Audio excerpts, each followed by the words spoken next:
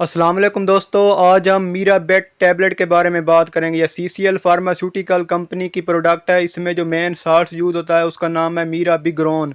मीरा बिग्रोन है 25 mg और 50 mg की स्ट्रेंथ में अवेलेबल होती है।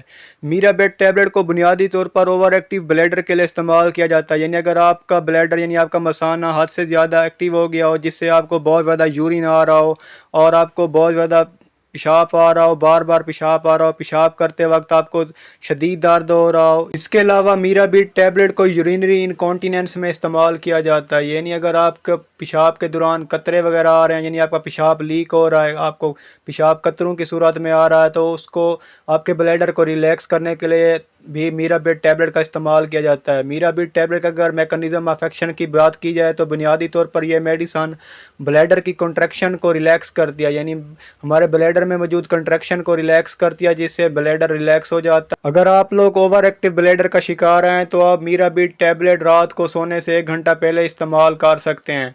मीराबीट टैबलेट के अगर साइड इफ़ेक्ट की बात की जाए तो इससे आपको एक्यूट हाइपोटेंशन हो सकता है, यूरिनरी रिटेंशन हो सकता है, इसके अलावा डिजीनेस हो सकता है, चक्कर वगैरह आ सकते हैं, ब्लड प्रेशर लो हो सकता है। कोई भी मेडिसिन आप डॉक्टर के मशवरे के बाद ही इस्तेमाल करें।